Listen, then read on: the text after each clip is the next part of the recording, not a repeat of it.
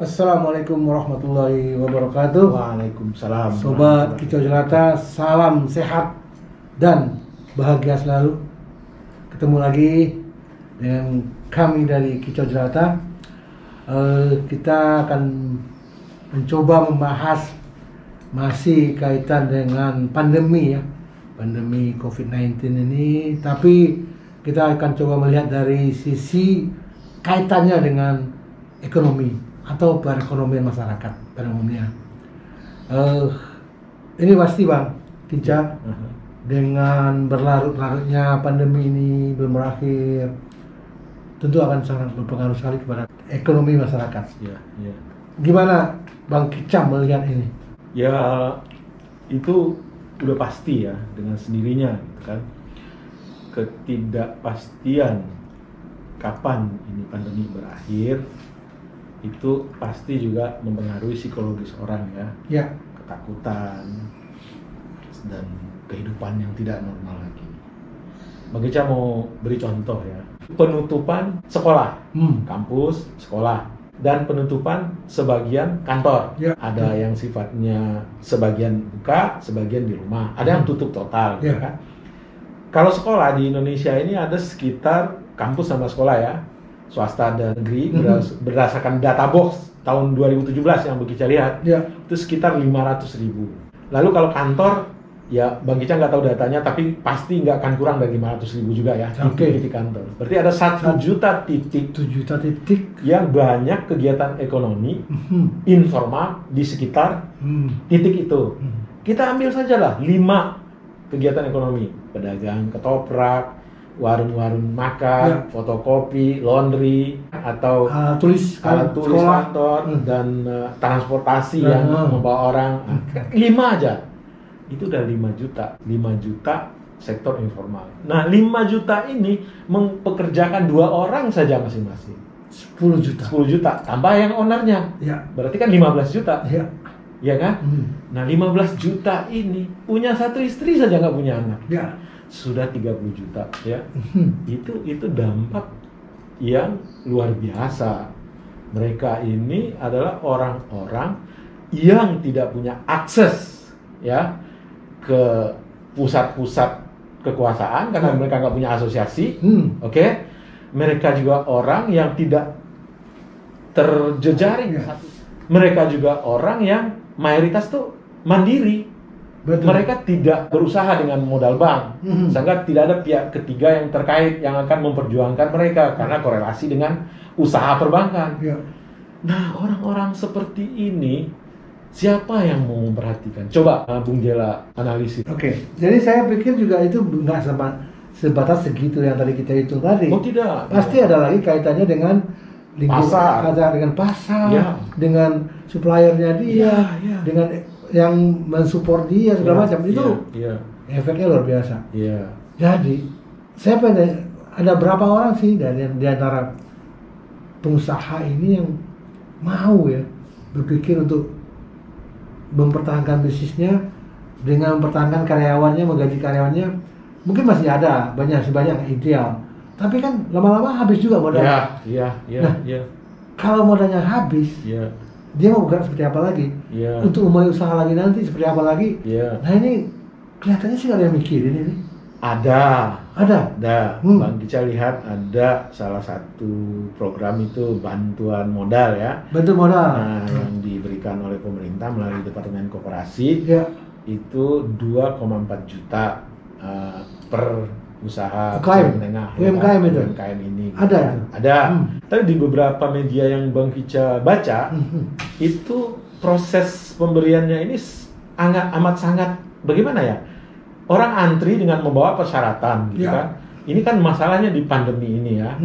Itu soal bagaimana orang berkerumun. Ya, soalnya ini menyangkut uang yang mungkin nggak ada pilihan. Yang kedua, apakah cukup dengan data-data administratif terus dengan seleksi diberikan gitu? Maksud Bang Ica begini loh. Apakah negara tidak punya database ya yang handal, yang bisa dijadikan sebagai referensi untuk memberikan atau menyalurkan ini? Satu.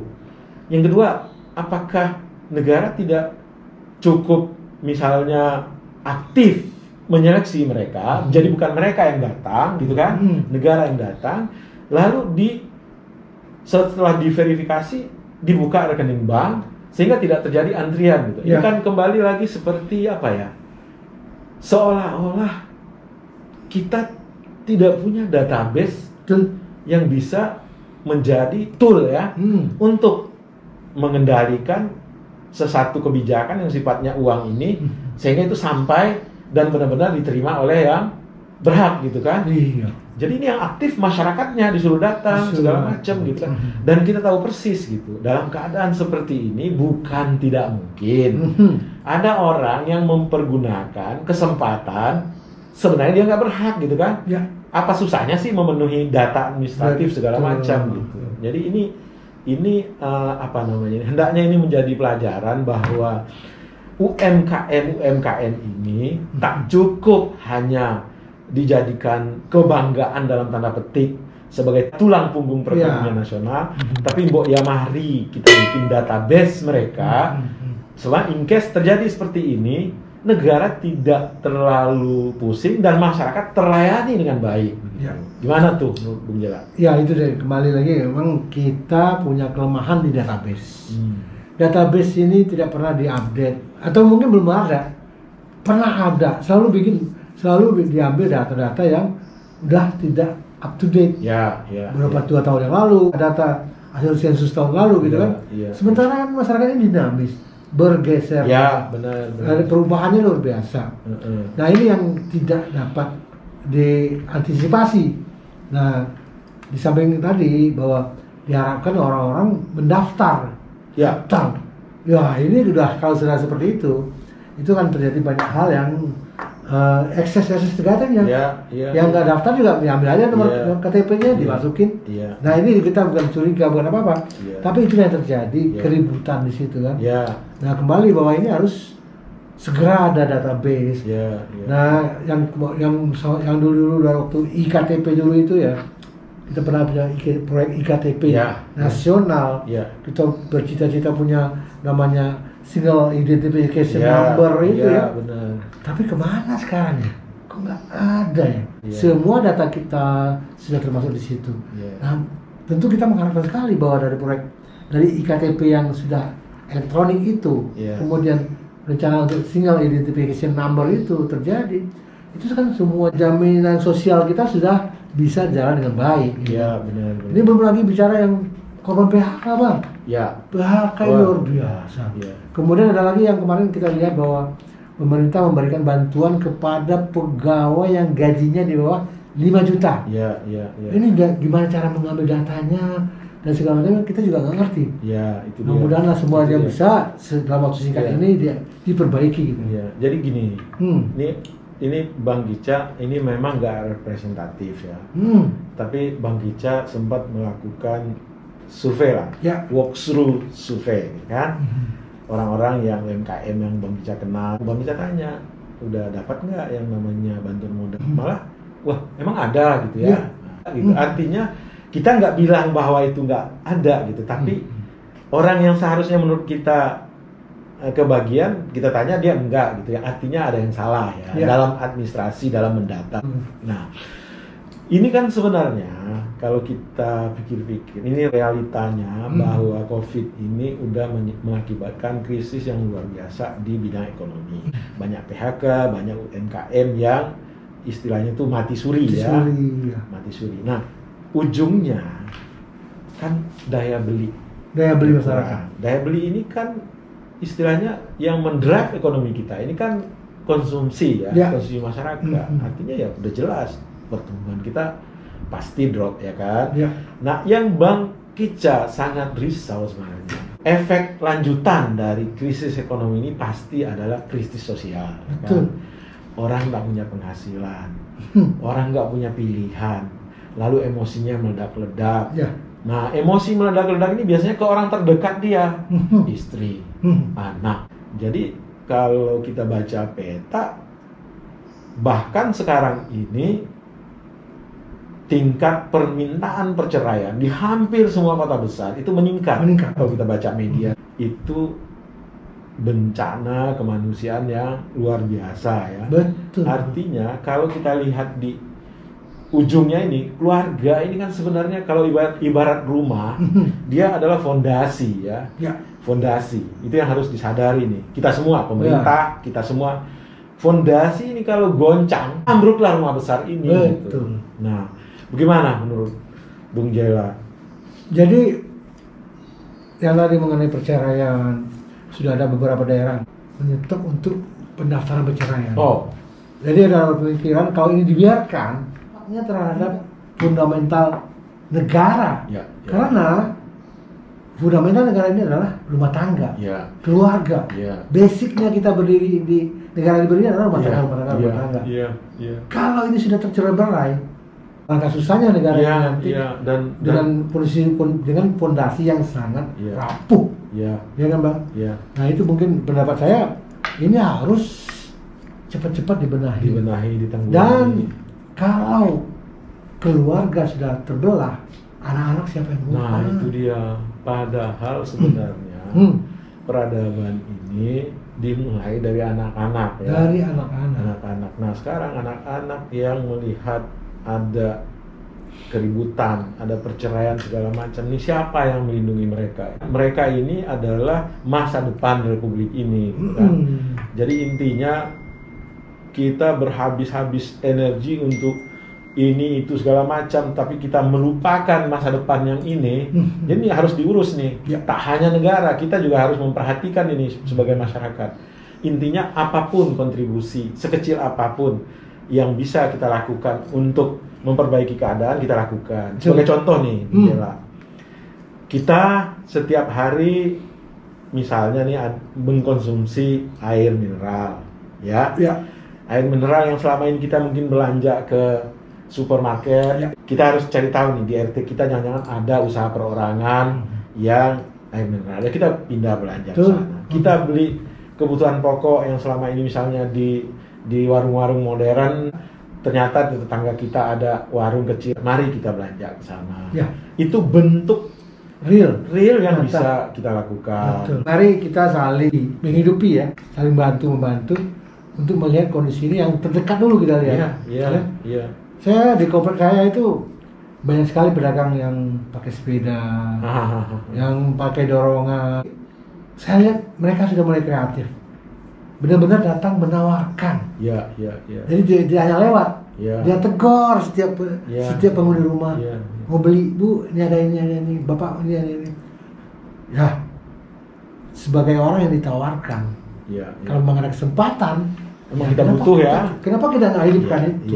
Iya. Kenapa kita harus pergi juga ke supermarket kan gitu ya? Daripada memberi, sebenarnya itu bentuk pemberdayaan yang berharkat. Ya. Berharkat. Kita punya kepentingan, dia punya kepentingan, ya kan. Jadi bukan seperti sinterklas ke apa ya? Ya, ngasih ikan aja gitu kan. Enggak. Kita ngasih pancing, apa ini sih? Ya kan gitu. Nah, kembali lagi bahwa mereka UMKM ini memang tangguh ya. Artinya mereka langsung sweet pemikiran mereka, langsung sweet cara berdagang mereka, langsung sweet kualitas makanan mereka. Dan ini juga bagi yang belum, UMKM pasti juga akan melakukan itu. Betul. Karena ini untuk survive. Sehingga yang akan membeli pun dengan senang hati membeli, menciptakan beberapa variasi makanan ataupun variasi lain-lainnya gitu. Harus kan. Kreatif lah. Kreatif ya. Nah, ini dengan cara kita saling tolong menolong, saling membantu, mungkin akan meringankan lah penderitaan di masalah ekonomi ini gitu kan. Itu sharing dari kita untuk kita yang untuk kita lakukan. Tapi sebenarnya drive utama itu kan tetap negara. Tetap negara. Karena apa? Karena negara lah yang punya resources sumber dana, negara lah yang punya kompetensi untuk membuat regulasi ya kan. Mungkin kita paham lah dari sisi penerimaan atau pendapatan negara juga mengalami masalah ya. Tapi kita berharap masalah sekecil apapun itu yang bisa dialokir, negara jangan lupa lah sama sektor informal ini ya. Kalau untuk yang sektor formal kan mereka punya bargaining power ya kan, mereka punya asosiasi segala macam. Kita lihat udah banyak lah kebijakan yang dilahirkan negara ya kan. Meski kita tahu juga ada apa namanya itu semacam kebijakan yang diberikan untuk UMKM ini yang 2,4 juta kalau Bang Kica nggak salah ya. Tapi kita berharap hendaknya ini bisa menjangkau lah secara real semua UMKM yang ada gitu kan. Cara pelaksananya pun hendaknya janganlah seperti pembagian daging kurban gitu ya. Iya, betul. Berkumpul ke satu titik ya, itu amat sangat berisiko lah di saat COVID ini ya. Tapi saya pikir udah bagus juga karena yang diberikan itu sekarang namanya ya bantuan langsung tunai ya. Jadi bukan dalam bentuk barang. Oh, iya. Jadi kalau dalam bentuk barang, waduh itu banyak lagi persoalannya. Barang yang nggak kepake, yang busuk, yang segala macam, gitu. Tapi dengan bantuan langsung tunai ini ya bisa dimanfaatkan untuk dan ini benar-benar menggerakkan ekonomi setempat kan. Karena dia akan belanja di sekitaran dia. Ya, setuju gitu. Tapi BLT ini sebenarnya kan produk yang diperkenalkan diinisiasi di zamannya Pak SBY kalau nggak salah ya. Iya. Dan itu cukup sukses ya. Zaman SBY kan ada juga krisis ya. Dan sifatnya nggak disuruh antri itu, langsung ke rekening. Nah sebenarnya dalam kampanye Pak Jokowi sempat anti BLT loh. Sempat anti BLT. Ya tapi kan ini kan kondisinya. Ya enggak maksudnya. COVID. Ya maksudnya begini loh. Maksudnya begini loh. Harusnya apapun yang baik dari satu rezim, meskipun itu rezim bukan bagian dari kubu kita, ya tetap sustainability kebaikan itu berlanjut gitu ya. Itu sebenarnya yang kita harapkan gitu kan.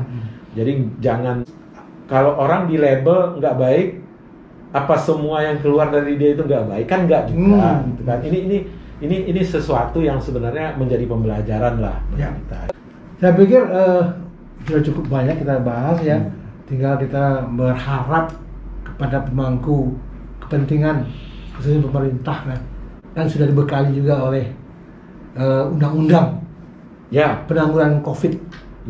Salah satu poinnya kalau terjadi tidak akan dilakukan pemeriksaan terhadap tidak dipidana. Imunitas diberikan hak imunitas. Dengan imunitas ini saya pikir sudah cukup nyaman atau cukup tenang lah para pemangku kepentingan ini melaksanakannya ya. Sepanjang tidak ada konflik interest, sepanjang niatnya memang memperbaiki keadaan, ya nggak perlu ada takut gitu. Nggak ada takut ya kan? Karena udah ada hak imunitas. Sudah ada hak imunitas. Diberikan, tidak akan diperiksa kalau memang tujuannya untuk kebaikan semua. Jadi marilah tolong dipercepat ini semua untuk meringankan penderitaan dan juga cepat keluar dari masalah besar ini. Dan menimbulkan juga efek-efek multiplier lainnya yang lebih baik kepada masyarakat gitu ya.